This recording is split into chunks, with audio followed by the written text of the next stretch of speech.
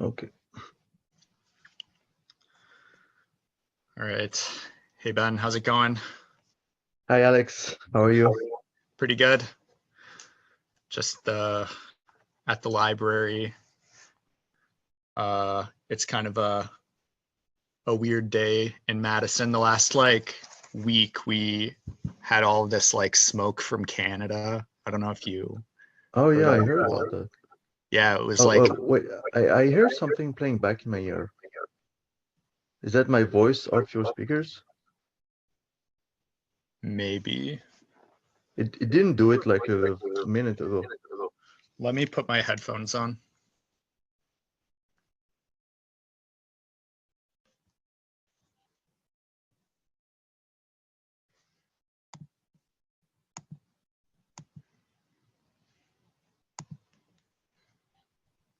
Okay. Do you hear me? Yeah, Okay. Is it making that sound anymore? no, Okay. So let's start over then. yeah. All right. Hey, Ben, how's it Hey, going? Alex. I'm good, and you? Not bad. Just yeah, here in Madison and breathing a little bit easier now. I don't know if you heard, but all throughout the Midwest this past week, it's been covered with smoke from Canada. There's all these wildfires, and it was really weird. I mean, Madison, but Yeah. uh, if you're standing in front of Memorial Library and you look down to the Capitol, it was totally you could see the Capitol, but it was kind of covered, it was pretty blurry.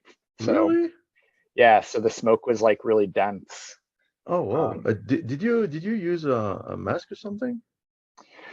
so it's really weird because I used to have a bunch of N95s, but then I was Yeah. like, COVID's over. So I got rid of them, stupidly, or I moved. I don't know what happened.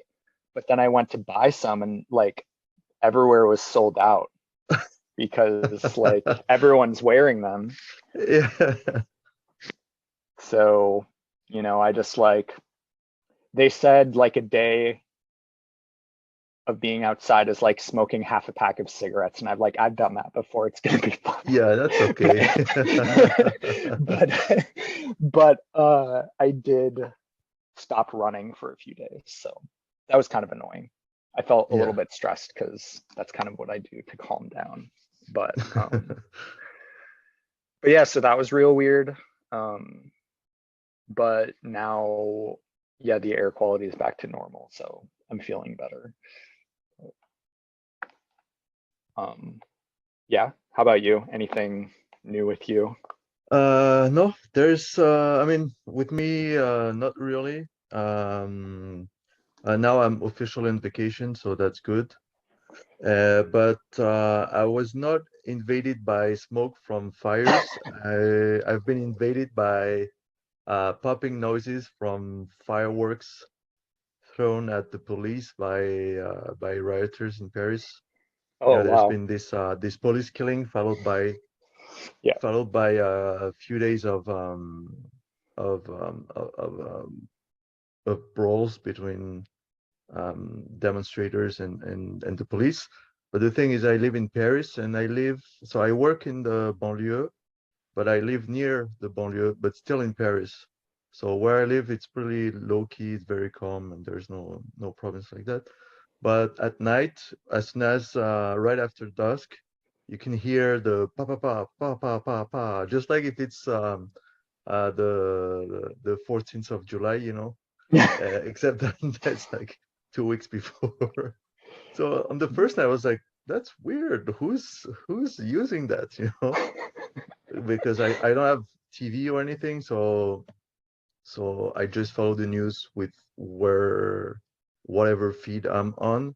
So it took me like half a day to get that. So the next day I saw the images and I was like, oh yeah, okay, I see, I see what's That going makes on. sense. Yeah. And Unless you were celebrating the 4th of July, because yeah, yeah, but yeah, it's we, not yet. well, we in It would still Madison, be we had our early. fire. Yeah, it would be. Yeah, it would be. You had the fourth early in Madison? Well, usually if it falls in the middle of the week, they do the big fireworks show like on the weekend. And so there was Oh, yeah. a big one last night, but I didn't go to it. I was at home. So Nice. yeah. Nice. So I guess, well, like, as you know, Ben, we receive a lot of fan mail. Yeah, so much fan mail. And I feel like we kind of owe it to our listeners to read a few of them. And there were a lot to choose from, but I feel like I'm going to read one of them, and this is someone that I feel like really needs some help, needs some advice. So I thought we could talk about that, but is that okay if I just read his letter? Okay. Go ahead. Dear Ben and Alex, my name is Billy Bond, and I'm a third grader at Grover Cleveland Elementary School in Akron, Ohio. Growing up is really hard, as I'm sure you both know, because you sound a lot like grown-ups when you talk.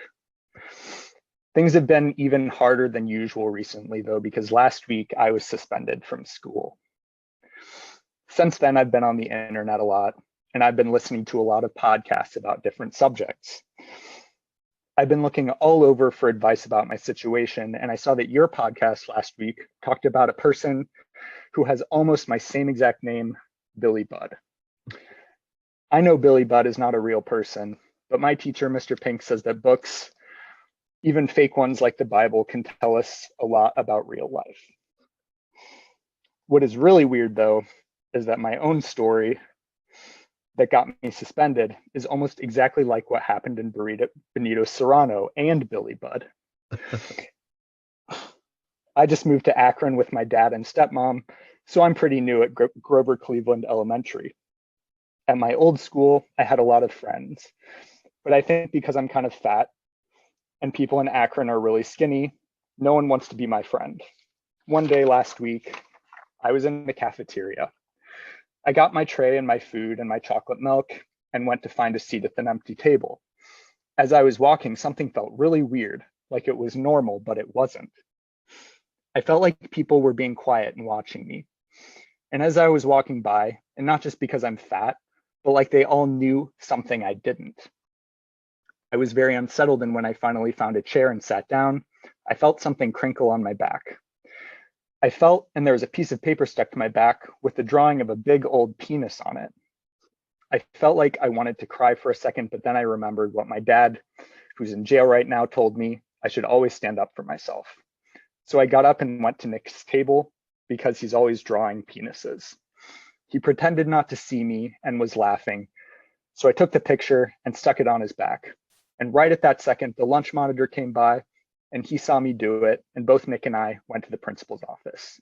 When the principal asked what happened, Nick said that I had drawn it and stuck it on his back.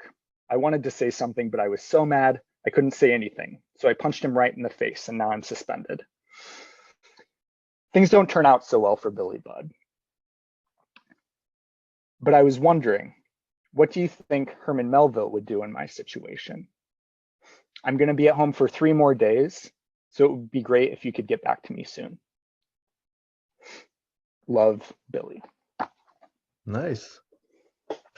Well, my advice for him would be to write about what happened to him. Yeah, I agree. That's what I was thinking too. I think Herman Melville would probably get out his feelings on a piece of paper. Yeah, exactly. And to be which I able guess to, is kind of what he did. So. yeah, that's what he does, and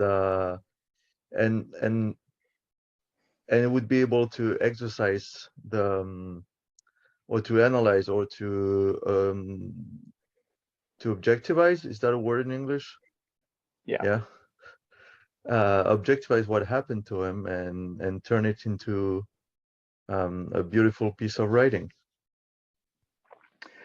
Yeah, I agree with you. So, Billy, if we have any advice, please, write a story about it. And if you want, you can send it to us. I'll read it. I don't know if we'll read it on the air for you, but we can definitely give you some feedback. I think Yeah, that would be a yeah, good definitely. exercise for you. Okay. Okay, speaking of mail, we did have another inquiry sent to us, but a much less nice one, because I made a mistake.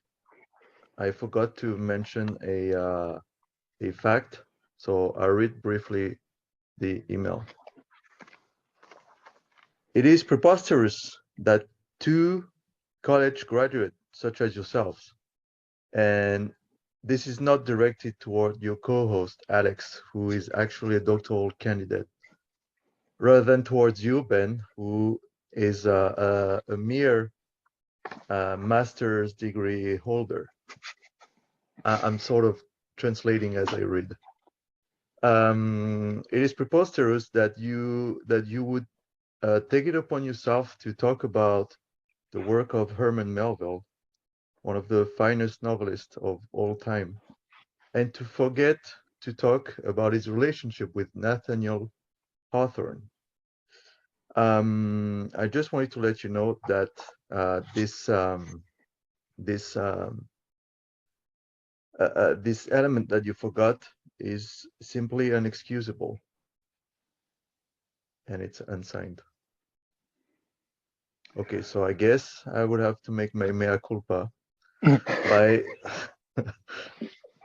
by adding the fact that I think this listener is referring to the fact that when we talked about male relationships, I didn't mention the fact that Melville was a big fan of Nathaniel Hawthorne, and they lived. He moved to live closer to his house, and there is some anecdotes where apparently Melville would show up unannounced at Hawthorne's house and start talking about literature, talking about stories that happened to him. And he was, and what's funny is that it's something that makes me realize, sometimes there is a saying in French literature that le style c'est l'homme, like the style is the person. And in this anecdote, in the relationship between Hawthorne and Melville, Hawthorne was already a very famous author at the time, and he knew Melville's work and he respected it, but he liked Melville, but he didn't feel very close to him. Whereas Melville's style, like his prose that is very arabesque, like it's very baroque. And I feel like in a way, if we had a recording of his voice, his speech would be sort of the same, going all over the place, maybe in a more like unkempt way, sort of, or more unruly way, because when you write, you can work on it, you can rewrite and that kind of thing. And I think that was important to mention because Hawthorne is more of a was more of a more put together writer, maybe more precise and or realistic. And also it informs us on the relationship, on the male sort of attraction relationship. Apparently, some scholars say that Melville may have been in love with Hawthorne. There's no real evidence, but the fact that his way of showing him devotion or even admiration could verge on that side. But at the very least, he was a man that expressed himself in a really passionate way. And so I think that's important to note on a biographical note, because in Melville's stories, in both Benito Sereno and Billy Budd, the relationship between men is very, very complex and very detailed. Either they are either they are positive or negative. It's really incredible the level of details and the complexity of relationships he's able to render in his work. Well, I think you mentioned this last time, Ben, and I thought it was interesting because, you know, I think I've read like half of Moby Dick, and then I've read this one story, and Bartleby the Scrivener, and you know, there are no female characters, and I think that's something you mentioned. Like there are, and all these stories kind of happen in very like homosocial contexts, like in the military or on the sea.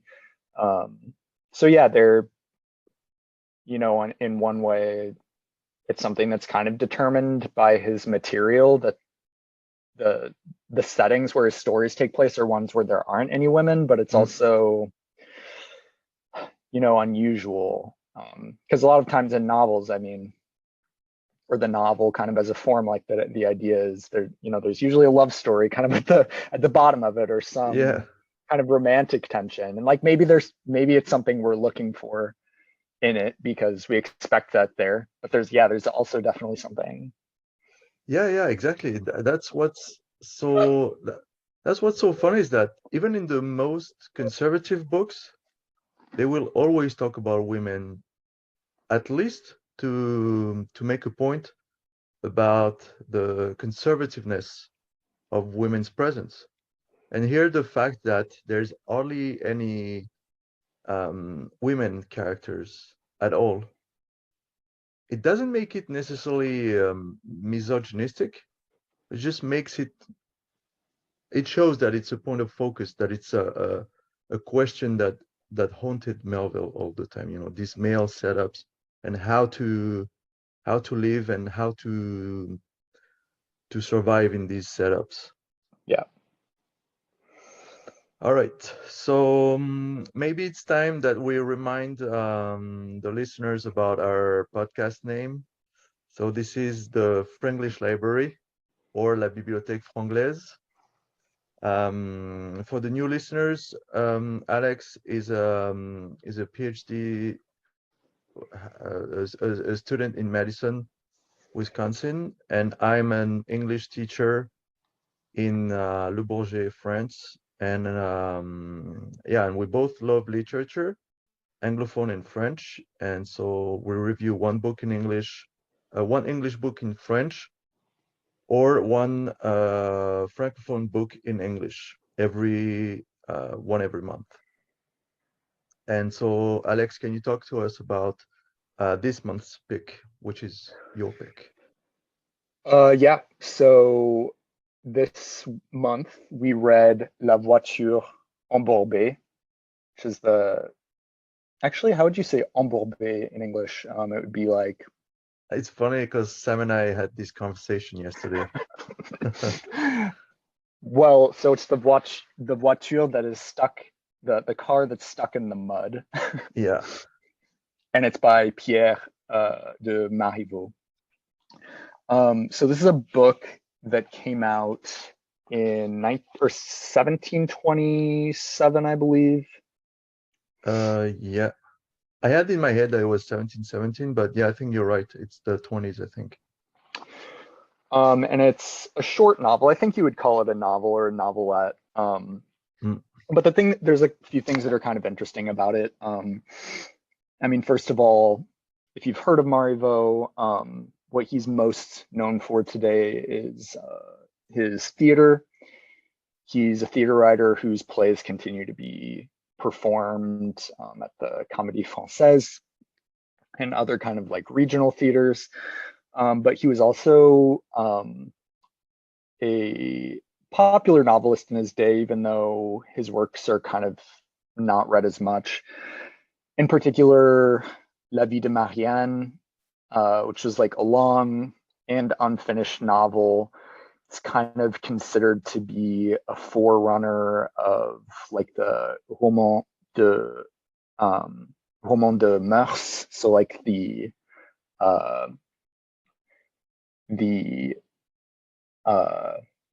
you wouldn't say the psychological novel, but basically novels that consider characters from a psychological perspective in like a social context. So thinking about kind of social values and the ways that characters kind of like run up against them. So in a lot of ways, there's kind of a realist element that anticipates like the 19th century novel. He also wrote like a lot of great novelists, I think, or great like literary figures, a number of parodies or kind of like self-conscious works. And La Voiture Embourbée is like an early prose work from him. And it's kind of a companion piece to a longer novel that he wrote, which is called Farsamon or Les Nouvelles Folies Romanesques, which is kind of a riff on Don Quixote. So you have a character who has read lots of novels, takes himself to be a character in a novel, and goes out and kind of has comical adventures. And so La Voiture Embourbée, the kind of frame for it is that there's a group of 5 Parisian travelers who are going from Paris to Namur, and they take a carriage, and during the ride, their carriage becomes stuck in the mud, and it's the middle of the night, and they walk to a nearby town. They find an inn, and basically they spend the night from like 11 p.m. to 4 a.m., which is kind of interesting. It's like very specific about the amount of time that this whole thing takes. Yeah. They're sitting around the fire. And so there's 5 characters, including the narrator, and they basically tell a story, which they call le roman impromptu. So it's like the impromptu novel. So something that they write together, or well, they speak this novel, they tell it to each other. And so there's 5 different narrators. And so they tell a story between 11 p.m. and 4 a.m. And kind of like Farsamon, there's a kind of an anti-novel structure to it, where there's 2 characters living in contemporary France who fall in love with each other, and their courtship ritual kind of consciously imitates what they've read in more traditional novels. And it kind of leads to not just comical adventures, but a variety of different kind of styles of narrative that are adopted by each of the different tellers of the story. So is there anything we should add about that? I don't know if No, I described it well. That's a really good summary. So what's interesting is the size of the novel, because it's a very short novel, but it also references romances or longer narratives. There's a clear reference to 1001 Nights, because in the tale there's a story within the story, which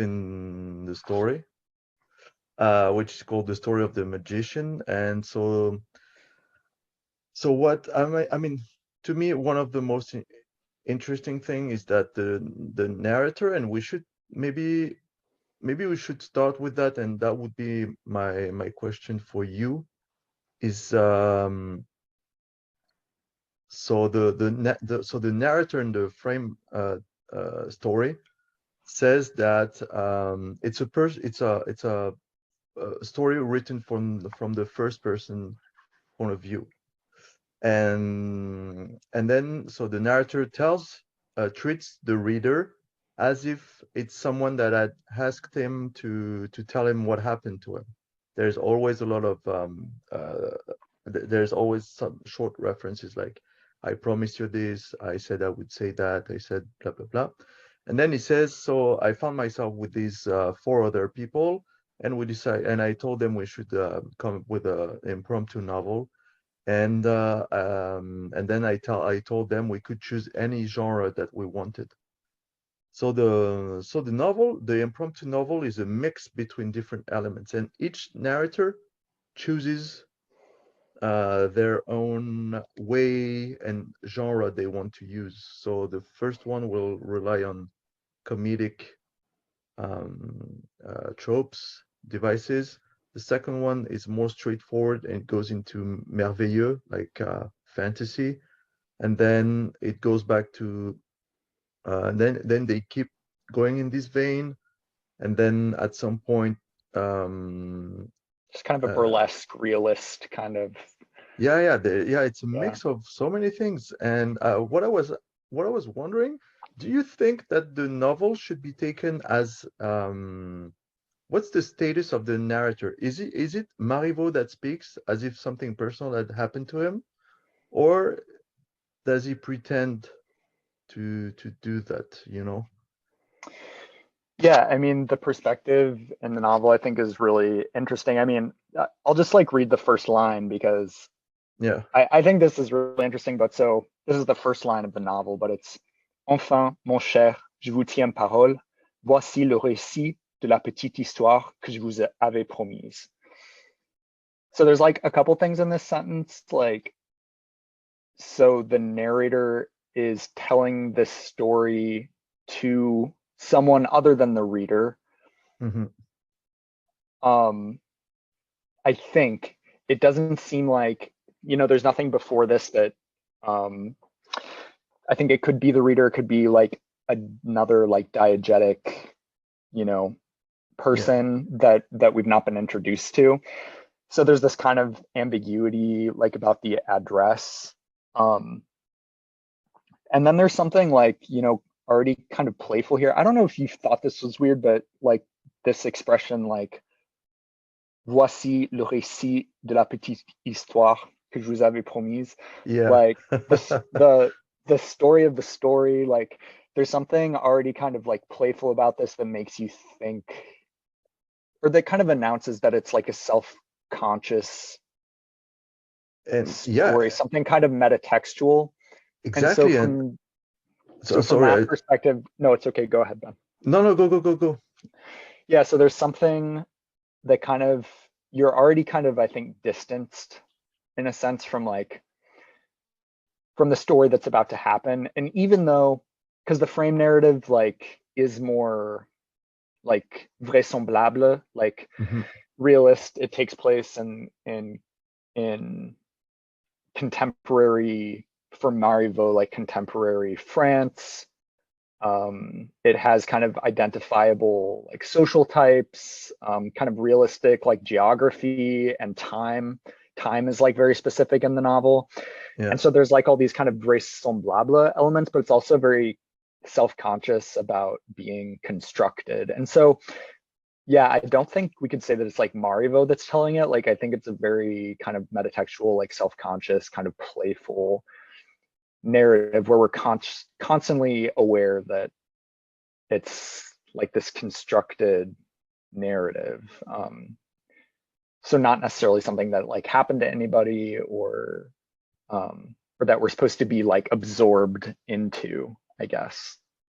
Yeah. I don't know if And that responds to your question, but no, yeah, yeah. From you telling me that, there's two things. First, it's very tropey, to say, oh yeah, I promised you at last. It's a little bit anti-phrastical to start something by enfin, at last.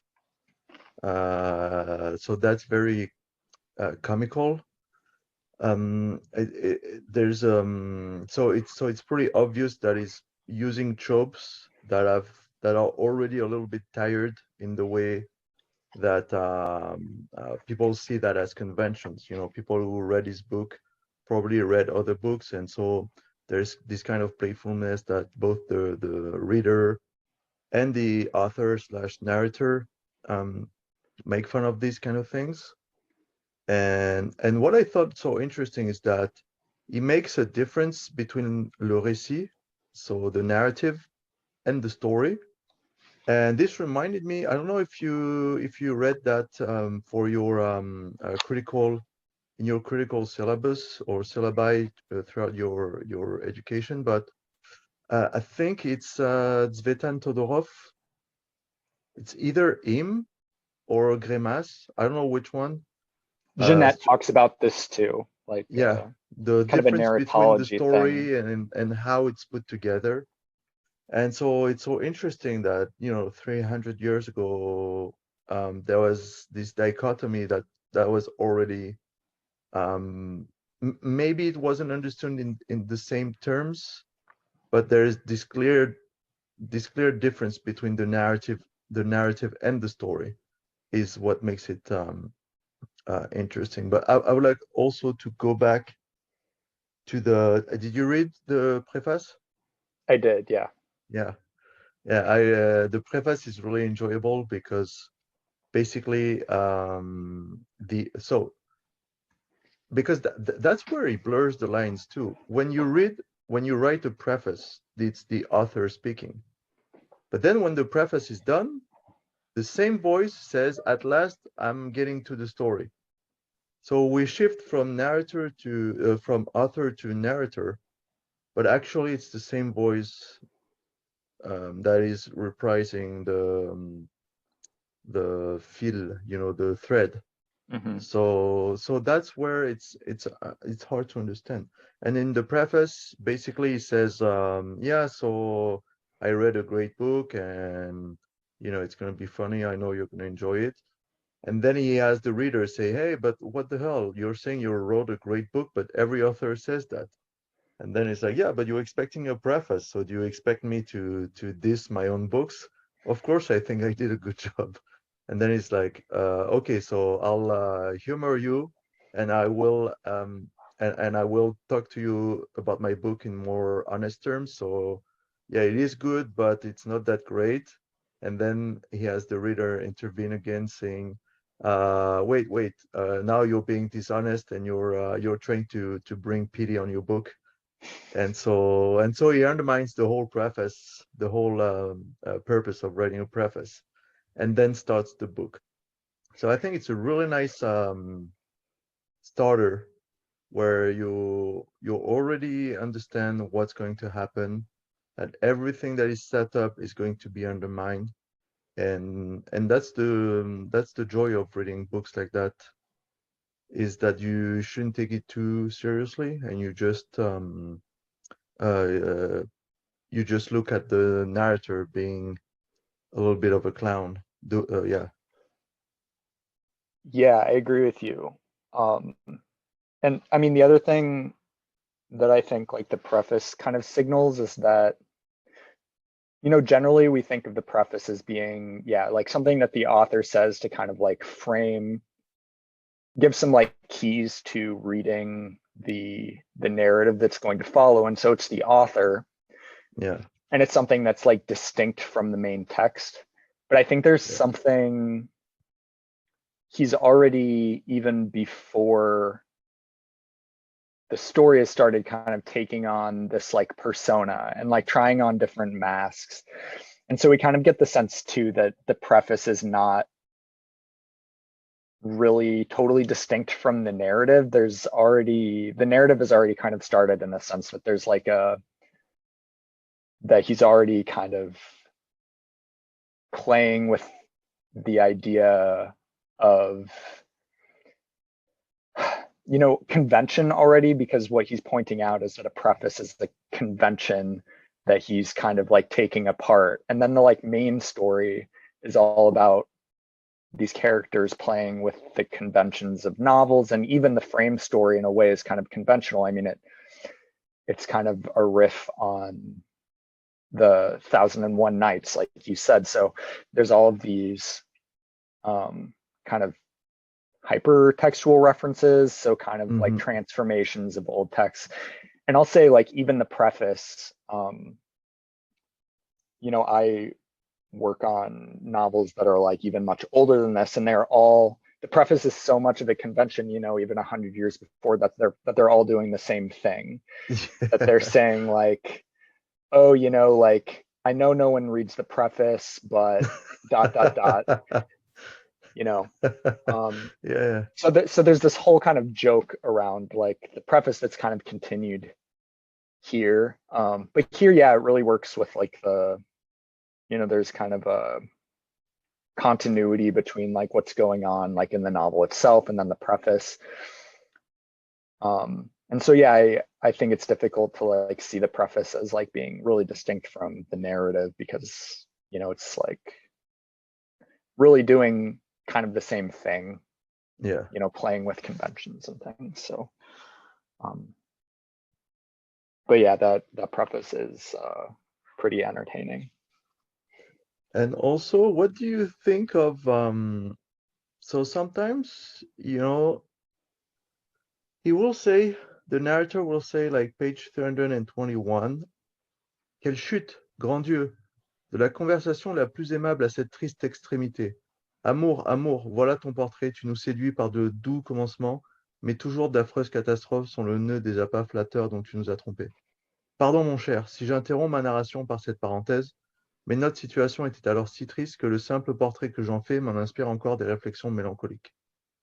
So here, basically, what he says is just he's telling the story, and then that reminds him the events that he went through, and then the emotion is so powerful that it just explodes in imprecations, and then he apologizes to the reader for doing so. And so here we have both, the reality of what happened, and then the fictional element of going through it again. And then there's the reality of what happened, the reality of the feelings, but then there's the fictionality of the text, where you see the exclamation marks, where you see the hyperbolic expressions. How do you understand that? Like here, I feel like he's trying to play, because you work on theatricality, and it's kind of a overacting in a way. Yeah, I agree with that. What I kind of think about those moments is that they are designed to. So I think there's kind of a principle like throughout the whole novel of like interruption. Mm-hmm. So like just at the moment where you're kind of getting absorbed in the narrative, there's going to be some sort of something that reminds you that you're like reading a story or being told a story. Yeah, that's really interesting. And I think that really fits into like the genre of like the anti-novel, which is kind of about interrogating the conventions of narrative, and also kind of creating a distance between the reader and what they're reading. So kind of cultivating like a consciousness in the reader, of being absorbed in a text. And you can think of like, someone like Don Quixote, who has read, spent, months in his room reading novels without interruption.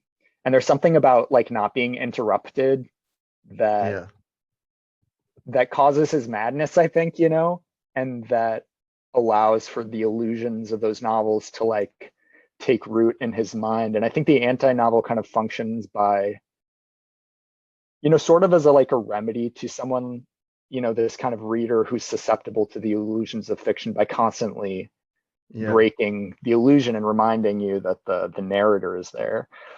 And I mean, I don't think anybody, like, I don't think Cervantes was like, oh, this could really happen. But there definitely is something that, I mean, I think we think of like, it's totally normal today to watch, to like binge television binge a show for 8 hours or something. Like people do that all the time. And I'm always just like struck by, I'm so annoyed, like on like streaming services when an episode ends and immediately the next one starts playing. I'm like, wait, I need to like, like get out of this for a second, like. Break the illusion, man. Don't leave me in there. Yeah. And so, I think there's like a some principle of interruption that plays into. But I think you're right too, that there's like a theatrical element in that. And there's something that I'm thinking about too, like you can't like what I kind of think is theatrical about those kinds of things is that, you know, you can, like, if someone's reading a novel, you can interrupt them while they're reading, but they'll just return to it and it'll be, you know, the story will continue as before. But like if you do that in a play, there's a sense that it's a performance and that you're somehow like modifying it, like when you interrupt it, or you're like disturbing it in some way, which you can't really when it's a novel and the words are like down on the page. But it's like the author is interrupting, like in his process of writing, the tellers of the story are interrupting each other. And so you have a constant like awareness of like the orality of it, of the idea that the novel is like unfolding in real time, like not the events, but like the writing of it. And so that these interruptions like have some sort of an incidence on like the actual unfolding of the novel, which I think is more theatrical in the sense that, you know, you can interrupt a play, like you can stop it. and it's disturbing more so than a novel, where you just like stop reading or return to it and nothing has really changed. But yeah, that's true. And it's true that the whole novel is built on orality in some way. And also this expression, because I was thinking as you were speaking about the expressions and the acting, but also, you know, when you're an actor and you overact or act, maybe not overact, but you express strong emotions, sometimes that's what will pull you in. You know what I mean?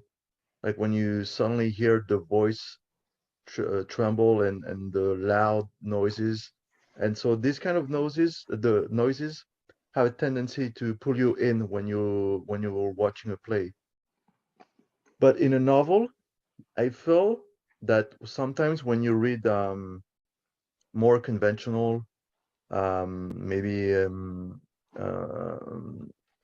like blockbuster fiction, what will pull people away or drive them away, it's you know, like the exclamation marks, the over theatricality, the thing where if you're expressing too much emotion, you might, since you're reading it and it's kind of objectified in front of you rather than looking at the performance, and where you're more there's not this, the page acts as a screen.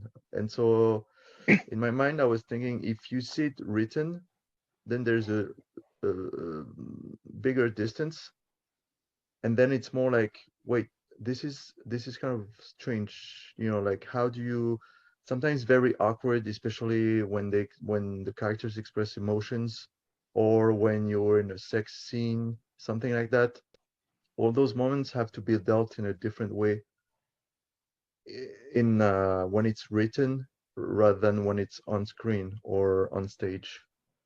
And so using this here is more like reusing the trope that drive people away, or maybe drove Marivaux away when he was reading novels, and just using it here to pay attention to underline the fact that, you know, these kind of tropes that are a little bit annoying or sometimes too cliche when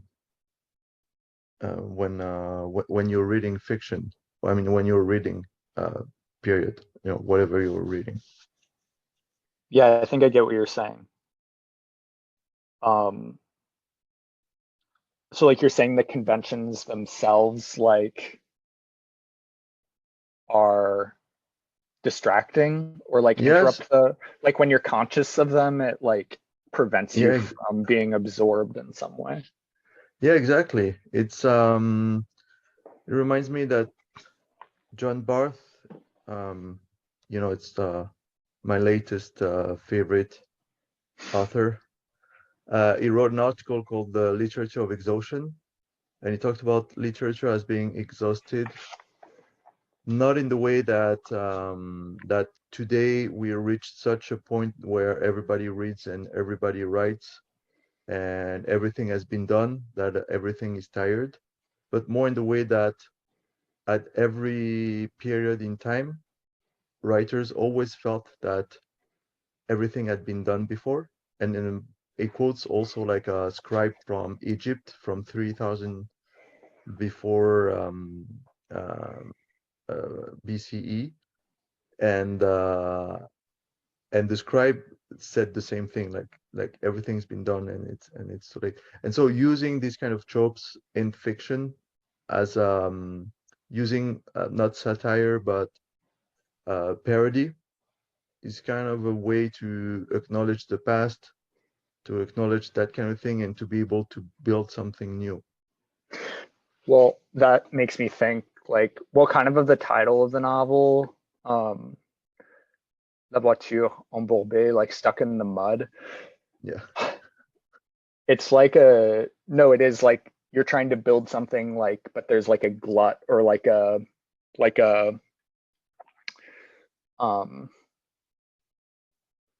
I feel like creating, well, okay, so in the part of the novel where the characters are telling stories, the second narrative, which is like a kind of a fantastical narrative, the speaker says, okay, I'm going to stop my narrative now, and she passes it to this 14-year-old girl who is one of the characters in the novel, and she says, oh no, I can't, like, this is too complicated, je suis tout embourbée. Yeah.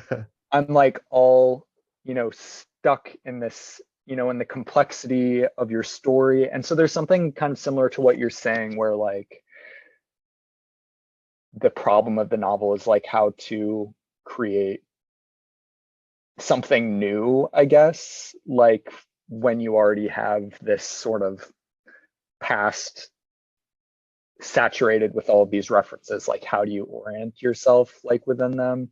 And so there's this idea of like being stuck and being unstuck.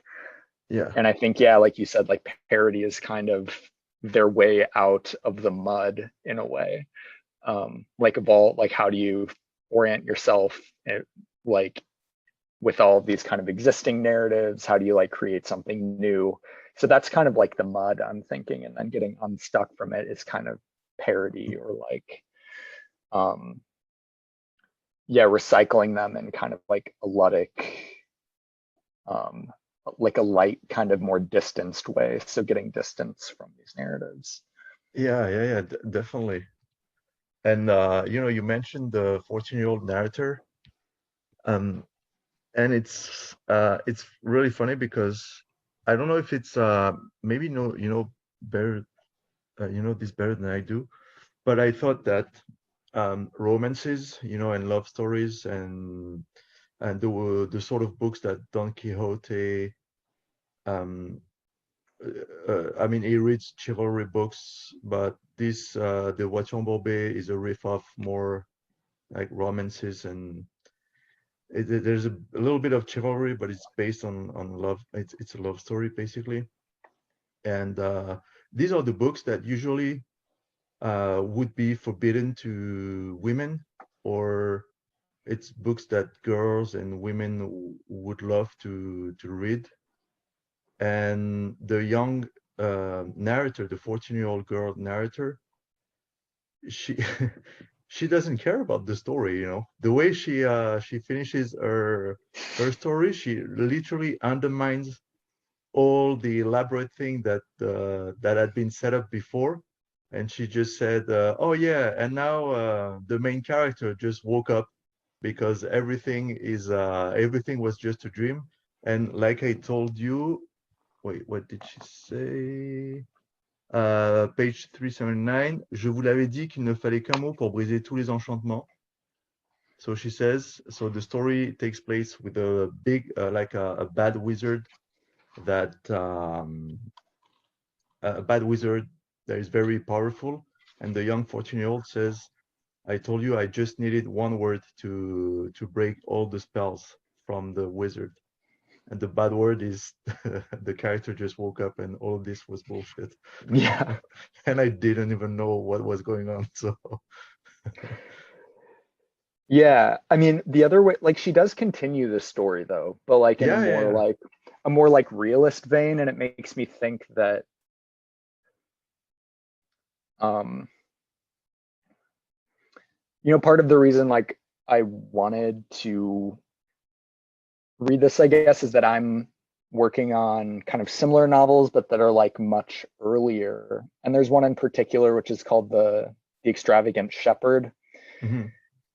And it is, it's basically takes the same ideas like Don Quixote. So you have a character who is mad and who takes himself to be a character from a traditional novel, which is in his case pastoral novels. So it's different Oh from yeah, yeah. Quixote in that way. But there's also a sense in which like um, the author of this novel is trying to create a novel that is vraisemblable, so that is like more credible. And Yeah. the author talks a lot about how Don Quixote is not believable. Like he's like I kind of in like the preface and in the paratext, he's like Don Quixote is not, no one could ever be that mad to think that, a windmill is a giant or a herd of sheep is an army. And so he Yeah. has this sort of obsession with like taking the idea of Don Quixote, borrowing it, but also like making it more vraisemblable. And I feel like that, like what the girl is kind of doing here is like taking, because that's kind of, she's not critiquing the previous narrative, but she's putting a frame on it that makes it believable in a way, like that makes it like, oh, that could happen, but in a dream. Yeah, yeah. Like, so it's something that like allows, because I don't know about you, but I was the most like absorbed in that part of the novel. Like I thought that was like really, fun. Like, and Yeah. you're like wondering what happens next because it happens in this creepy cave, and then there's this like flashback, and this, it's like a very absorbing narrative. And so Yeah. I feel like what she's doing is not just like she's interrupting it, but also like putting this kind of like she's like grounding it in some way, like making it credible, like putting this frame that's like, okay, this could happen, but only in this way, like only in somebody's dream. And so, Yeah, yeah, that's true. I think you're right. There's this definitely this element of grounding and of and shifting the genre. That's what we were saying in the yeah, beginning, that the novel is multifaceted and each narrator brings their own liking. And so that's what she does, yes. um, I did have a question for you, Ben. Yeah. So it's a little bit different than what we've been talking about, but Yeah, sure. the other kind of reason that we chose this, I think, I mean, we didn't really do it so much last week, but we are both interested in like comic novels or like humor. And I'm wondering if you thought this was funny. If you, This book? yeah, Oh yeah. Yeah, I really enjoyed it. But the passage that I enjoyed the most and I thought was really funny is and I think it's one of the features of roman comique. It's the digression in the beginning when so the group of people arrive in the inn. They get served. It's a very poor inn, so there's not much food, and there's just one type of wine. And since these people are city dwellers, they're Parisians, they're used to better stuff. And so the one of the peasants offers the local wine, and then and then and then the five characters react like, no, that's not gonna do. We need something else. And what I find so amazing is it's 11 o'clock outside Paris in the countryside, So you would never expect them to try and find some more alcohol, but actually they do. And and so then there's a side story that develops into a digression where two characters go to the priest's house, thinking that priests are always they always stock up on good wine. And so there's a little scene that happens that is very funny, where the priest doesn't want to open to the two characters because it's too late, and the priest is already having dinner with two other guys from the village, and everybody's sort of drunk, and the other two wants to get drunk, and they just want to create a nice atmosphere back at the inn. So when they come back with the wine, with a little bit of food too, then you see that everybody gets comfortable. There's a fart joke, so it's just a nice moment, you know. It's also a moment where social classes are sort of broken. You see there's the priest's nephew that comes. He's not really like he's not a peasant, but he's not a high status guy, but he's invited because he has esprit. So they think that he's able to tell a good story. It's not completely like a moment where boundaries disappear because the peasants are treated in such a bad way. Like the beds, so they are offered beds, and they say l'aspect des lits était un vrai remède contre le sommeil. So it reads the beds, the way the beds looked was a true remedy against sleepiness. So there's definitely a class, a hierarchy in the class, but they found themselves, they sit on the floor, they're set up in the bedroom, and they just want to talk to each other and talk about and create a story and have a nice moment. And I thought this was both funny and at the same time a real nice depiction of what it is to just hang out with people and enjoy the evening, you know. I will say, like, on the class thing, like, it's interesting that, you know, the last person to talk Oh yeah, definitely. Yeah, is, yeah. well, Go ahead. it's the la compagnard, Yeah. and he takes over from le financier, and at this point, like, it's almost 4 o'clock, and so they know they have to get back to their carriage.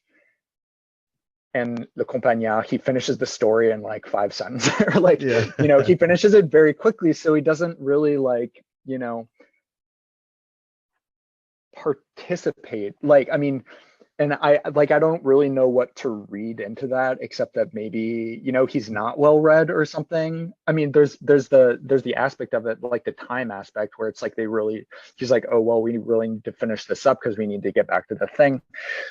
But there's also something to be read into that about, like you were saying, class. I mean, yeah, I don't know, like, were the compagnards, were they like reading you know, novels? I don't know.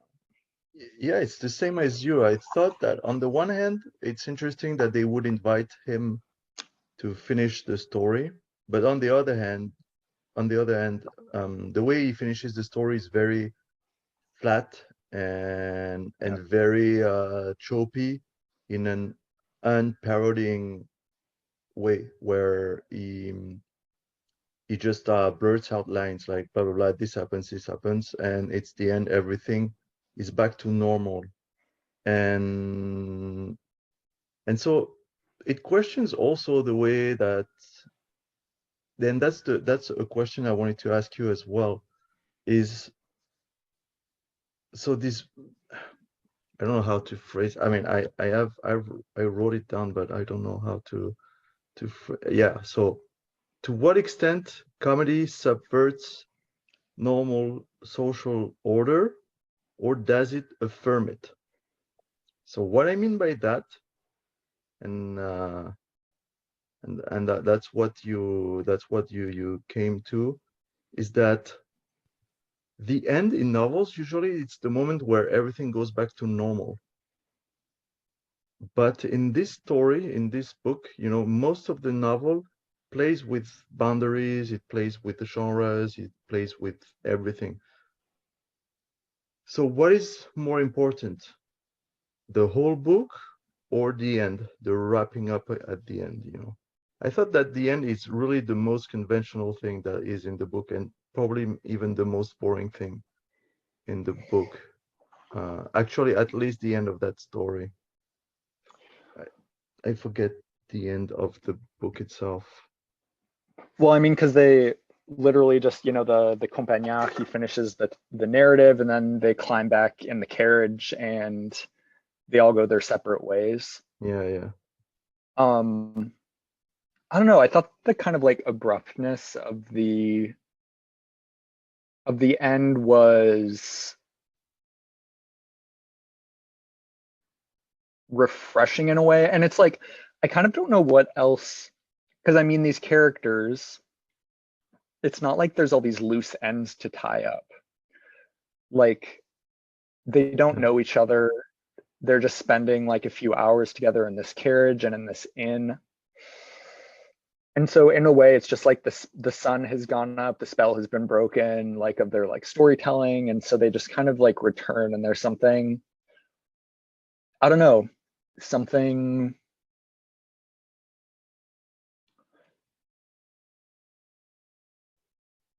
about the abruptness of that ending that made me feel like it was like a spell or something that had been broken, just kind of, so there's something, I feel like it,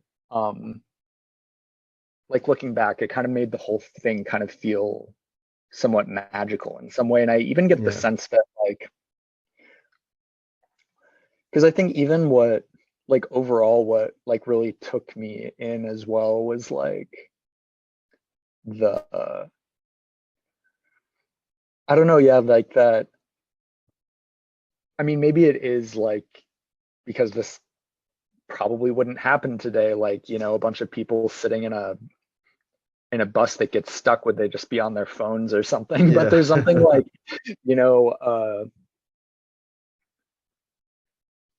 just this idea of like needing to entertain each other, and like everyone being willing to do that, and everyone like playing along. Like, I don't know, that was like, there's this kind of like like really utopian kind of like thing about it that, it's not that it's not realistic, but you kind of want to be there. Like, Yeah, like you definitely. get the sense that there's something even just about the setup that's very kind of bewitching, I guess, like wanting to be in that kind of open space of like everyone having something to contribute and like weaving the story. And I don't know, it reminds me of games like I used to play with my friends when I was in high school. We would get together and like kind of do things like that. But it's been Yeah, a really long definitely. time. It's definitely a pleasing moment, an enjoyable moment. And I actually opened the book. I have the book at the end. And so the last lines, the narrator says, Le campagnard a achevé son dénouement grotesque, quand on veut nous dire que notre carrosse était prêt. And now he says grotesque. And actually, like, if you reread quickly, Amandor boit trop souvent à la santé de sa maîtresse. Elle y répond plus qu'elle ne devrait. La tête commence à leur tourner. Ils ne savent plus ce qu'ils disent. Le paysan et sa femme, qui ne sont jamais trouvés à telle fête, se saoulent entièrement, tombent de leurs escabeaux et ronflent dans les cendres. Les chats et chiens attrapent le reste des viandes qui sont sur la table. Et les quatre amants, blablabla. And actually, everybody gets drunk at the end. And I had completely forgotten about that. So yeah, there's more nuance to the way that the countryman, the campagnard, and the story is. I thought about him as a character that was just added there, but I think there's a true value of having him finish the thing, because he adds that nice jovial genial tone, you know, like he's a country guy. So of course he's going to talk about drunkenness or that kind of thing. And he's very also down to earth. So it just wraps up the story the way it's supposed to be wrapped up, you know, by a wedding. Yeah. And it's a little bit grotesque because it's a wedding where people, where drunkenness is mentioned and people fall asleep and the cats and dogs finish the food. Yeah. Yeah, I mean, I thought it was grotesque from that standpoint of like kind of the bodily the references to like kind of bodily functions like eating and drinking and so there's something grotesque about that, but there's also like something grotesque about how it fits into the narrative that they've been telling as a whole, which is kind of on this principle of like more is more and like continuing versus like his inclination to just wrap things up quickly. And that's like very kind of like anti-Romanesque, I would say, like because the idea of like a novel is like this kind of infinite continuation. I feel like, at least, I mean, today I feel like most novels kind of have taken something from like the theater where there's like it's very structured and we expect this kind of like a denouement, which is not something like traditionally, I mean, like in a lot of these novels that they're parodying, like the chivalresque novel or even something like Don Quixote, you get the sense that those could just like continue forever and they kind of end arbitrarily if they ever end, because a lot of these are like unfinished. And so there's even something about a conclusion that's kind of grotesque, I feel like, in the context of the that's true. Of what they're telling. So something that kind of like breaks the form and makes the whole thing kind of grotesque in a sense, because it like makes it kind of malformed as a novel. So that's kind of grotesque too. Yeah, and even the closing sentence is not really closing. I mean, it's closing the thing, but at the same time, it looks very circular. Wait, because he says, I left my fellow travelers and then je fis résolution de vous faire le récit de nos plaisirs. Vous me le fîtes promettre. Ma parole est acquittée, serviteur. So it's like I did my deed. You asked me to tell the story. I told you the story, and now I'm out. Servitor, server. Mic How would drop. you say? Yeah, mic drop. Yeah, it does feel like a mic drop. Well, but the other thing, like that, so he actually says this like in the preface, I think.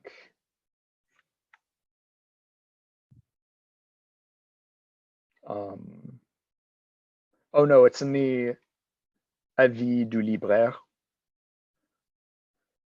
He says that, you know, if people like this, then I have more where that came from, basically. And what he's referring to, because at the same time, he wrote Farcement. Farcement. And it's a novel that actually wouldn't be released for like another 20 years.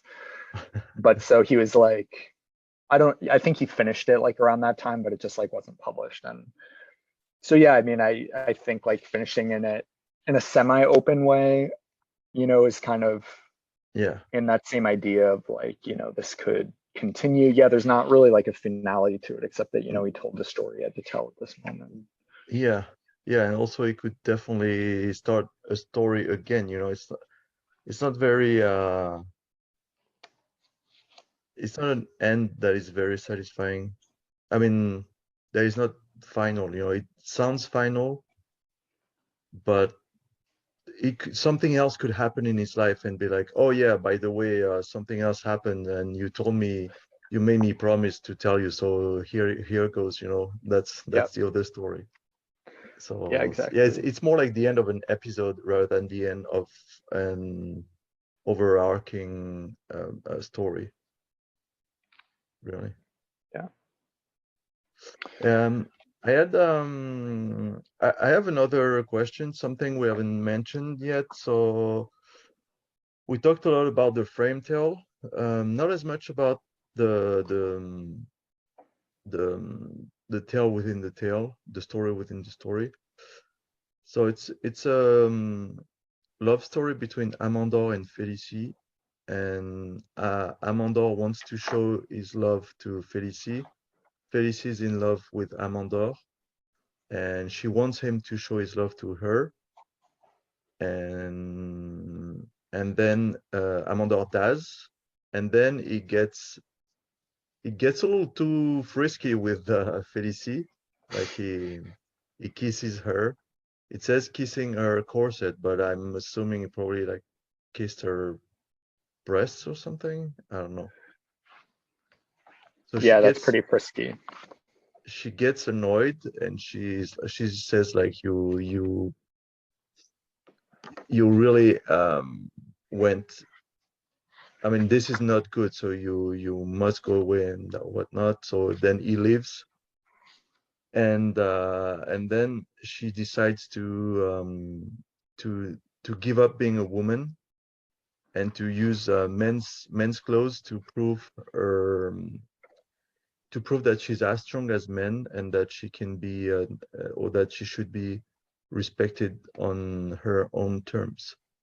And I thought this was really interesting, obviously in the gender power dynamics that are at play.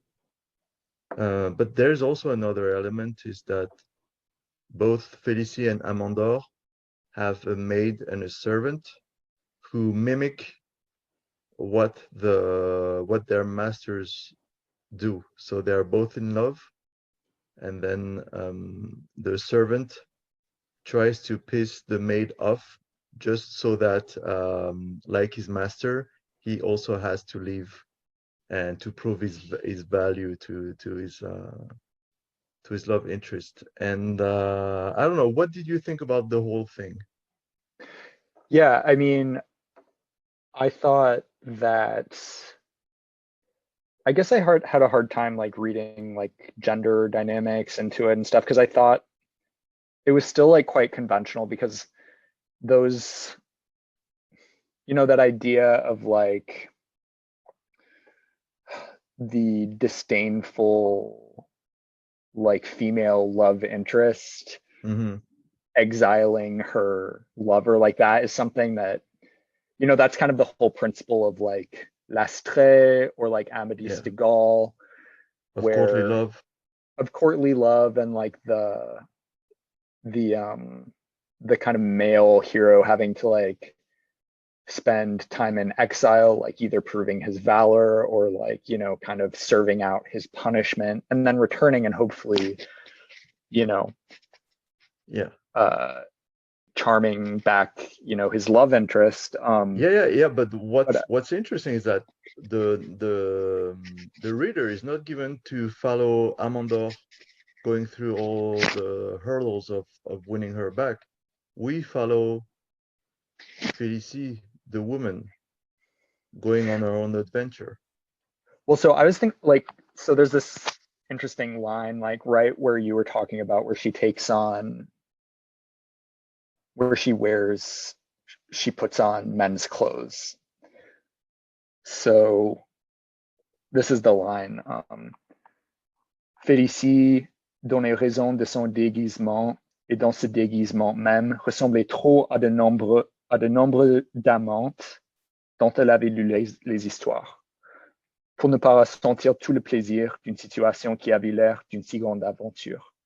So what she's saying that, so Félicie, as she's putting on these clothes and in this same disguise, resembled too many female lovers whose stories she had read to not feel the pleasure of going off on her own story.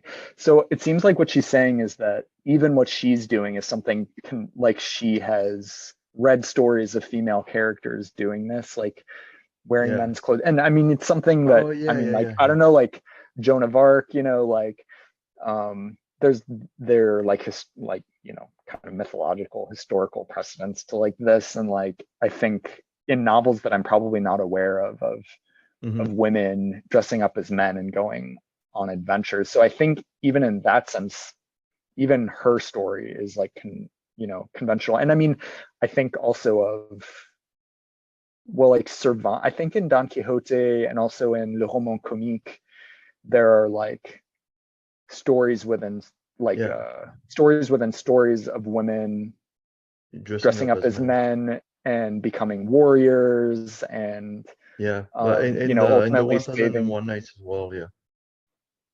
So I think even that, I didn't read that so much as like her, like a female character having agency versus her continuing to kind of be aware of the conventions that she is like embodying. But it's also, it makes you think too that there's something even in this part of the narrative that's supposed to be either tragic or kind of like marvelous, like to step away from the comic, there's still this kind of like self-consciousness going on. So I think the comic is like there the whole time, even though kind of the genre of the stories like modifies this kind of self-consciousness. But I guess I didn't definitely. necessarily read No, like me neither, but I'm not used to.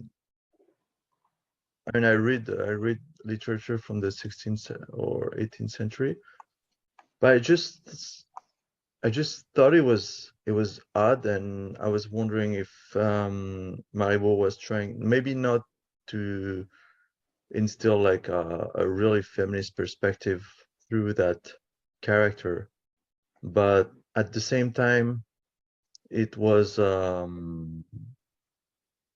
we started with the character of Amandor, and then we end up spending most of the narrative with her, and she's a little bit more complex in this way, actually. So well, I mean, but I think the other thing to think about that too is that story begins when the narrator changes from the narrative, the frame narrative, who I assume is male, and it's passed to a female narrator. No, that's true. So that could be part of it too, that she is kind of taking, a protagonist that she can identify more with, at least like from a gender perspective. So there's kind of a way to justify it that way too.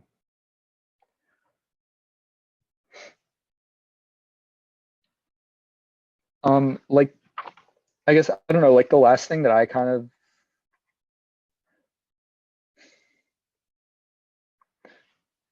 well, I guess one other comment about like the narrative within the narrative is like, even so, like in the narrative of the magician.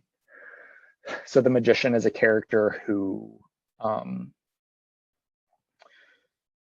I won't go into the whole thing, but basically it's a guy who is semi-immortal, and he can, when he feels that his body is aging, he can go into the corpse of a younger person. So like if his body is like 80 years old and it's getting, run down, if there's a 20-year-old who's just died of the plague, he can like go into their body and they'll be healed and resuscitated, but he'll be in that body. And I thought there was something also kind of, metatextual about that, in the sense that they're kind of like like all of these characters are kind of ventriloquists in the sense that they're taking up these, kind of dead genres and like reanimating them or something. So I feel like so it's even metatextual in that sense, where they're not just telling stories, but there's also something about them that corresponds to like, some kind of a mise en abîme constantly of like the stakes of like the frame narrative too. But I couldn't really find anything else resembling that, but that really struck me as being like kind of similar to what's actually, I mean, not similar, but like there's like an analogy to be made between the principle of the story and then kind of the what's actually going on in the story. That's very true. What what piqued my interest with this is that it reads almost as a proto romantic or gothic novel. Mm. You know, where you're in this cave, it's very graphic. You know, you see all Visual. the you can see that it's. I mean, you can't see it, but you could imagine that it's very dark, and there are corpses laying around, and it felt very dark. And there's a shift in atmosphere because you're supposed to be in this little room by the fireside, and so and obviously it doesn't mention the genre because I don't think it existed yet. It's a later invention of the late 18th, early 19th century. But there's definitely this aspect where the story changed in tone, and all of a sudden it becomes really creepy, and it's a little bit scary and gross at times. Yeah.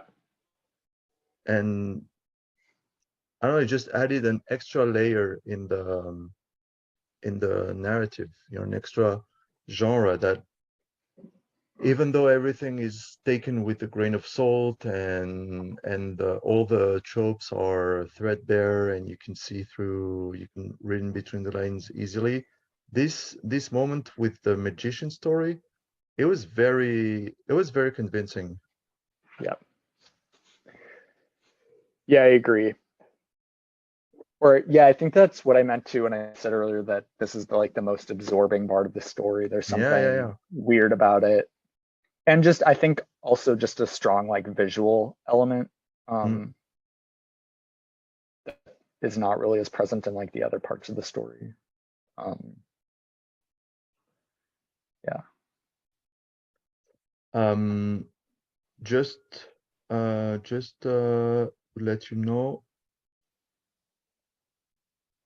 yeah, we are at 1 hour and 21 minutes. Okay. Should we wrap it up? Yeah, maybe.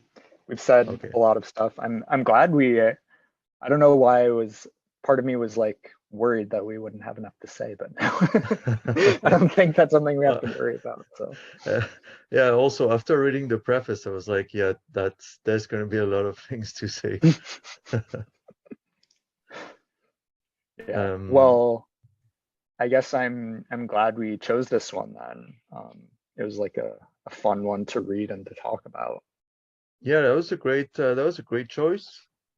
And also, I really like the way we've been picking books that are not very read. Yeah.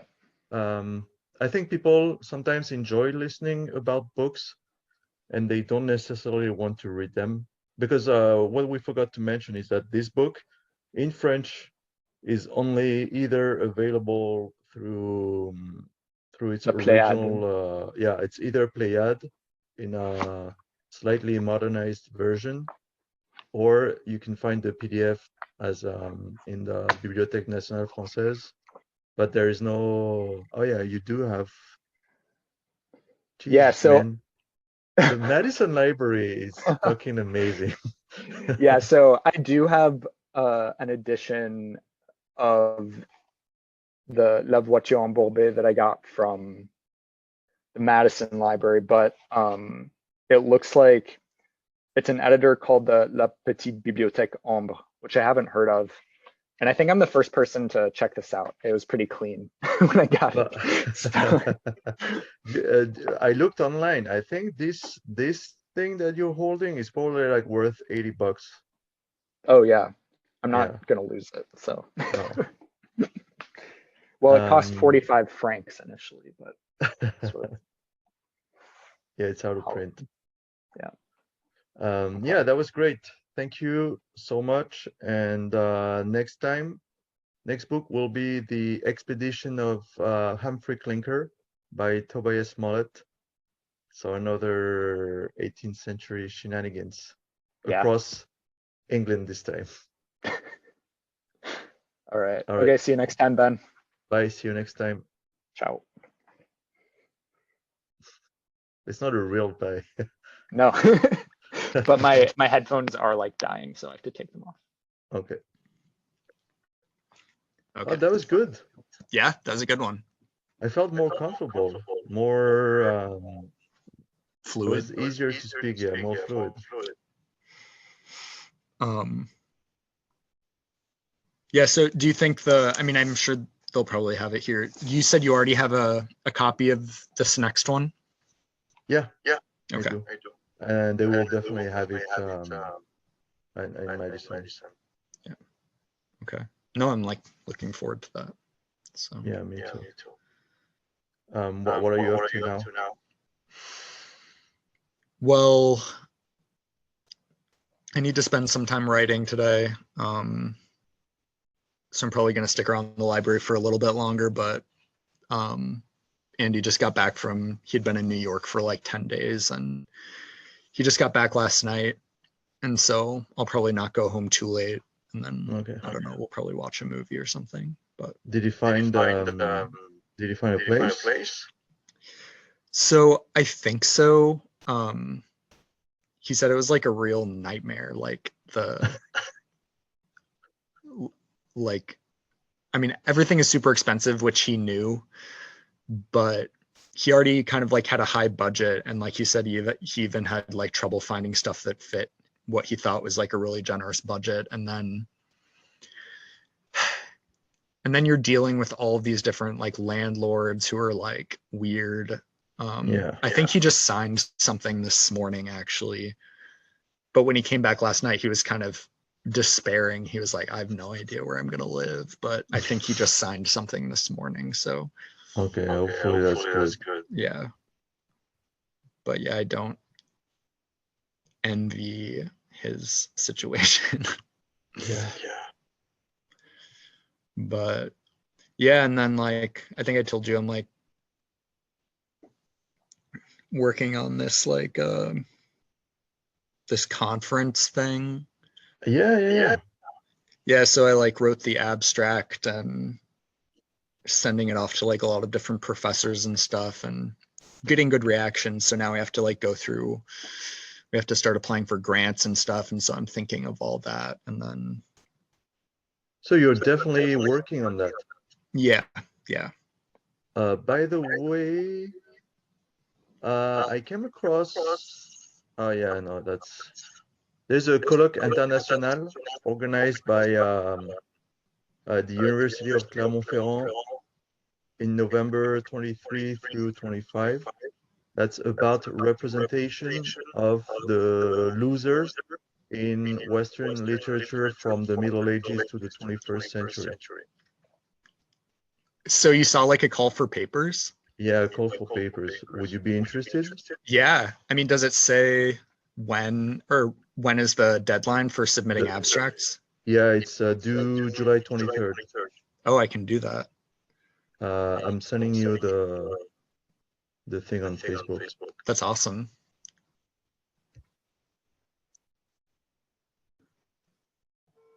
Yeah.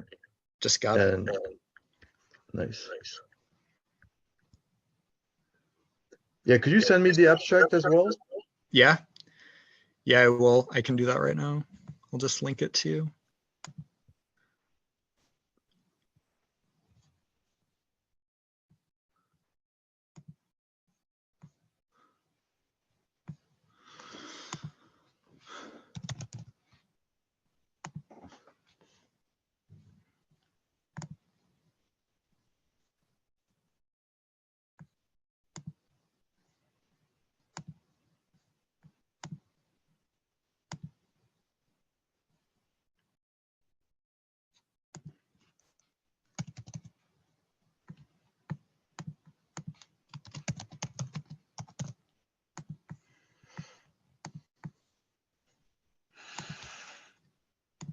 But I'm working with, I was initially supposed to do it with Pete, but he ended up not being able to do it. So you're doing it on your own now? No, I'm doing it with a student. She's fairly new. She's a PhD student, but she just came here last year and she seems really great. Okay. But she just said that, yeah, she just said that she didn't have any ideas for what she wanted to do for the symposium. She was just like, we can go with whatever you've got. And so it's kind of nice to have that freedom, but also she's like a good like reader and everything. So she's given like good feedback. And I don't know, I think people seem like enthusiastic about the subject. Like I said, past years have been, I mean, I think they've been really good conferences, but it's been like trauma, global warming, racism. Like, so I think this will be, kind of a later subject. Yeah. I think that's good too. Yeah, it'll be fun, and then I kind of want to get most of the work done before the semester starts too. So yeah. Nice. And so is it next week that you're headed down south? Yeah. I'm I have a train on Friday, and on Saturday I'll go pick up Sam and Kristen, and we'll go there together. Awesome. Yeah, it's gonna be nice. All right. Okay. Well, so I'll see you soon. Yeah, and I'll get you the draft of like the last week's podcast in the middle of this week. Sure. Yeah. No problem. And then we can. I'm working on the logo with Sam, so I can send you referrals. I would like to have some inspiration. I'm gonna send you a link.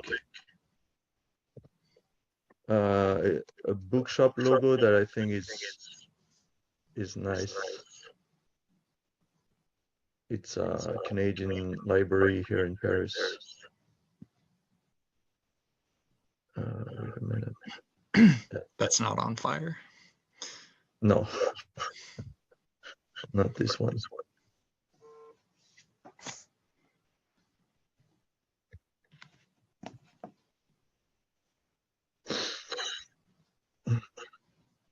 Yeah, and then also we'll have maybe it could be fun to record an episode when I'm in Madison. Yeah, that would be awesome. Probably be the best audio quality so far.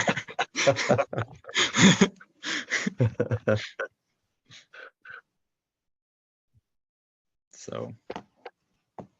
All right. Well, say hi to Sam and have a great time down south. You too. Say to Andy from both of us, and yeah, we say next time, like in early August. Yeah, I think that sounds good. I mean, the only other thing, like, since it's a long, like, I think it'll be okay, like 3 weeks. But yeah, let's plan on 3 weeks, and then we'll like touch base and see if either of us like need more time or something.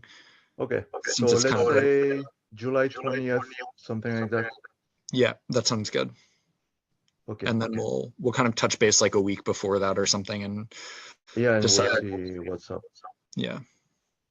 Okay. All right. Okay. Bye-bye. Ciao. Ciao.